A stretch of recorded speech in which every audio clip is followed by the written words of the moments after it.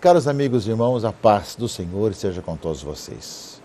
Estamos no segundo domingo da Quaresma, tempo de conversão, tempo de mudança de vida, em que o Senhor passa em nossa vida e que nos convida a conviver cada vez mais com a sua graça, a nos converter para andarmos pelos seus caminhos. São 40 dias. No 40 nós temos vários locais da Bíblia que nos falam 40 anos, 40 dias, lembrando que é o tempo de Deus, tempo de caminhada, tempo de experiência de estar com o Senhor.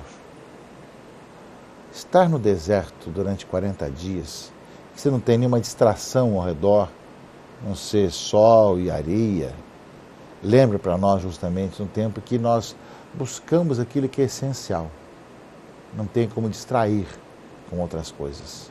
E ao mesmo tempo que é um lugar de tentação, como nós ouvimos domingo passado, das tentações de Jesus, é também o tempo de vencê-las, é o lugar de vencê-las, e é justamente o lugar do encontro com o Senhor, de colocarmos toda a nossa vida no Senhor.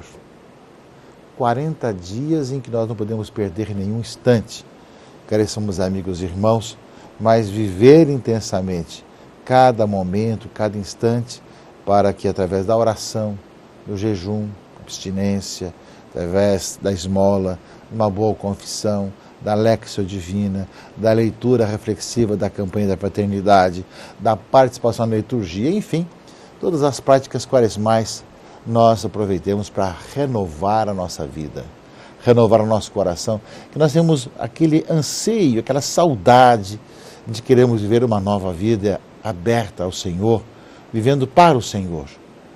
Ele é a nossa vida e salvação. E nós muitas vezes, através do tempo, vamos esquecendo, vamos nos acomodando e não temos quase tempo nessa correria de cada dia, né, para buscar o Senhor. Eis agora o tempo. Quaresma é esse tempo. Pois uma liturgia se simplifica, fica mais sóbria. É claro que o mundo de hoje, que já deixou de ser cristão, né, não está nem preocupado com Quaresma e com o silêncio da Quaresma, vida de conversão. Então nós vamos conviver no mundo plural, que tem de tudo. Mas nós, cristãos católicos, não podemos esquecer de viver o que significa, o que simboliza essa vida quaresmal, caríssimos amigos e irmãos, que é eu voltar para o Senhor, viver para o Senhor, caminhar em Cristo Jesus, nosso Senhor. Portanto, eis aí esse tempo favorável. E o Papa Francisco, na sua mensagem para a Quaresma desse ano, ele salientou o aspecto da pobreza, que o Senhor Jesus se fez pobre para nos enriquecer. E ele falava depois dos vários tipos de situações em que isso acontece e lembrava da miséria que existe na sociedade e da nossa missão.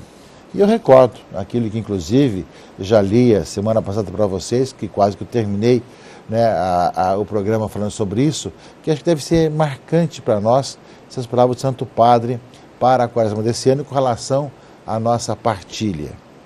Esse tempo da Quaresma deve encontrar a igreja inteira pronta e solícita para testemunhar a quantos vivem na miséria material, moral e espiritual a mensagem evangélica, que se resume no anúncio do amor do Pai misericordioso, pronto a abraçar em Cristo toda pessoa, e poderemos fazê-lo na medida em que estivermos configurados com Cristo, que se fez pobre e nos enriqueceu com a sua pobreza. A Quaresma é um tempo propício para o despojamento e faz-nos a bem questionar-nos acerca do que nós podemos privar, a fim de ajudar a enriquecer a outros com a nossa pobreza. Não esqueçamos, diz o Santo Padre, que a verdadeira pobreza dói. Não seria válido um despojamento sem essa dimensão penitencial. Desconfio, diz o Santo Padre, da esmola que não custa nem dói. Eis o tempo, meus irmãos e irmãs, em que, através da esmola, da oração, do jejum e outras práticas quaresmais, nós somos chamados a viver intensamente esse tempo. E para isso, a campanha da fraternidade sobre o tráfico humano nos mostra justamente esse nosso compromisso com as situações de escravidão e de venda de pessoas que acontece com relação ao tráfico humano. A campanha da fraternidade, ela tem como finalidade, objetivo geral, segundo o manual da campanha, o seguinte: identificar as práticas do tráfico humano em suas várias formas e denunciá-lo como violação da dignidade e da liberdade humana, mobilizando cristãos e a sociedade brasileira para erradicar esse mal com vista ao resgate da vida dos filhos e filhas de Deus. Como já disse, a campanha da fraternidade, embora seja uma promoção da CNBB, da Igreja Católica, ela é dirigida a toda a sociedade. É uma situação social, é um pecado social, é uma consequência do pecado de cada um dos seus egoísmos e interesses que leva toda uma sociedade a se organizar também numa situação de injustiça e de pecado. Fraternidade e tráfico humano, eis aí a oportunidade que nós temos de olhar e ver essa nossa missão nessa nossa sociedade, pedindo ao Senhor que nos dê as luzes necessárias para que durante esse tempo da quaresma, esses 40 dias de conversão, de mudança de vida, nós levemos a sério e ainda mais, olhemos e deixamos iluminar também pela situação que a Igreja do Brasil nos propõe para examinar nossa vida e nossa sociedade, que é o tráfico humano. E como vocês sabem, esse ano, o ano A, nós estamos escutando a palavra de Deus no final de semana, que é a tradição mais antiga. O primeiro domingo é a tentação de Jesus, segundo domingo, a transfiguração. Por isso mesmo, nesse final de semana, a palavra de Deus vai nos falar da transfiguração do Senhor. Leitura de Mateus 17, 1 a 9. Jesus toma Pedro, Tiago e João e leva a uma alta montanha e lá se transfigura diante deles, né? Seu rosto brilhou como o sol, e suas roupas ficaram brancas como a luz. E apareceu Moisés e Elias, apareceram conversando com Jesus. Moisés e Elias representam todo o Antigo Testamento, a lei e os profetas. Em Jesus, essa lei e os profetas tomam um novo vigor, uma nova maneira. Jesus é o profeta por excelência, realmente é o novo Moisés, é aquele realmente que vem para libertar o seu povo, não apenas de um país de escravidão, mas de toda uma situação de escravidão, que é o pecado, e levar o seu povo para a terra prometida. Em Jesus se realiza isso. Então é uma teofania que acontece na transfiguração do Senhor.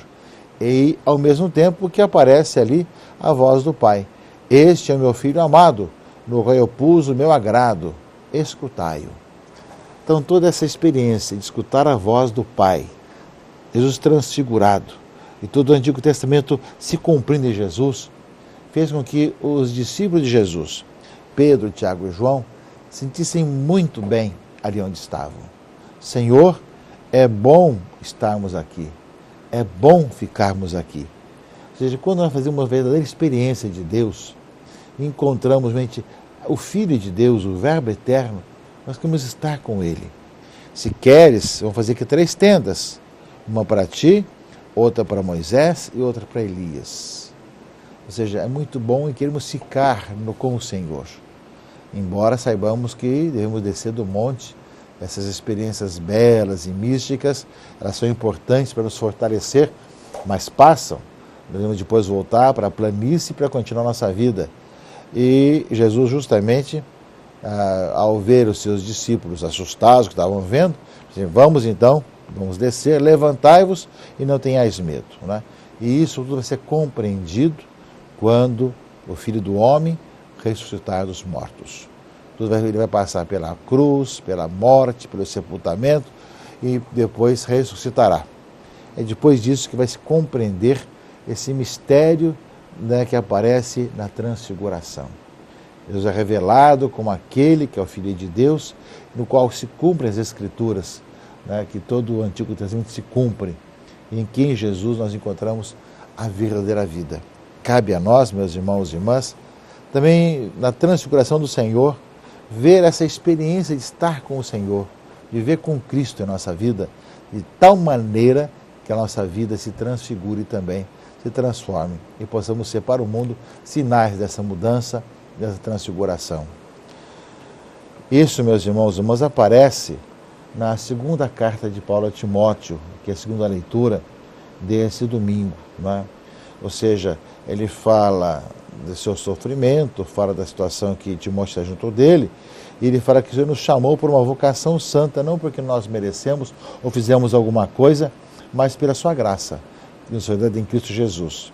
E essa graça, aí vem justamente isso, foi revelada agora pela manifestação de nosso Salvador Jesus Cristo. Ele não só destruiu a morte, como também fez brilhar a vida e a imortalidade por meio do Evangelho. Então, se de um lado nós vemos que Jesus vence a morte, vence o pecado, e nós ouvimos na semana passada ver um pouco essa questão do pecado, Adão e Eva que não acreditam na palavra do Senhor e vão contra, né, e faz aquilo que Deus havia dito que não era para fazer, e justamente ele destrói a morte, mas também, diz a carta a Timóteo, a segunda carta a Timóteo de Paulo, quando diz isso, ele fez brilhar a vida e a imortalidade por meio do Evangelho. É justamente esse aspecto de nós estarmos com Cristo e também sermos com Ele transfigurados, fazer brilhar no meio desse mundo a vida e a imortalidade. É muito importante, meus irmãos e irmãs, tudo isso, porque o nosso mundo de hoje, com tanta violência, tantos interesses, tantos problemas, tantas intolerâncias, faz com que nós pensemos bem nessa necessidade de que nós, no tempo da Quaresma, tempo de conversão, tempo de mudança de vida, também em nossos corações brilhe essa luz de Cristo, brilhe a vida de Deus e que, consequentemente, nós anunciamos isso ao mundo e à sociedade.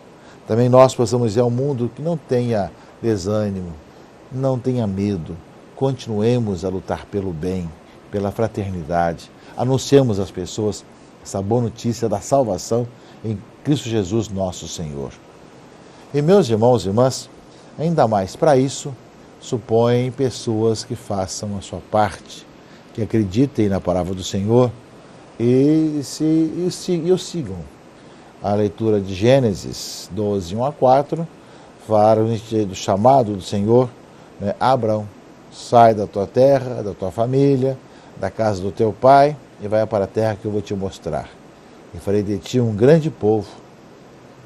A palavra do Senhor nos fala que para que aconteça, que essa luz brilhe, para que o plano aconteça, supõe que nós ouçamos a voz do Senhor que nos chama, que nos faça viver cada vez mais a nossa vida cristã e partir como o Senhor nos pede, como aconteceu com Abraão. Abraão partiu como o Senhor lhe havia dito, obedeceu a voz do Senhor. Ele começa toda a história da salvação de um povo que vai ser descendente de Abraão, né, porque da sua obediência ao plano da vontade de Deus. E nele serão abençoadas todas as famílias da terra. Por causa de alguém, né, todos são abençoados. Interessante ver, meus irmãos e irmãs, que as promessas feitas aos antigos pais se cumprem em Jesus Cristo. Nele também todos nós somos abençoados, salvos, libertos, transfigurados. Essa luz que se fez brilhar, né, para esse mundo, né? Ele não só destruiu a morte, como também fez brilhar a vida e a imortalidade por meio do Evangelho, como diz a segunda leitura, a segunda carta de Paulo a Timóteo. Que nós também possamos perceber, meus irmãos e irmãs, nesse tempo da Quaresma, campanha da fraternidade, com os vários temas ao redor, que esse é o nosso anseio, que em nós brilhe a luz de Deus, que o Evangelho nos ilumine, que como consequência essa luz se difunda para o mundo, através de pessoas que se transformam e se renovam, através de uma vida de conversão sincera, através de uma vida de viver o seu batismo. Eis o tempo de conversão, eis o momento dessa transformação. É agora que o Senhor está pedindo a cada um de nós para aproveitar cada instante da Quaresma, para viver, seja iluminado pela palavra do Santo Padre sobre a questão da pobreza, seja também naquilo da campanha da fraternidade, que nós também vivamos com intensidade a Quaresma como tempo de conversão. Em nome do Pai, e do Filho e do Espírito Santo. Amém.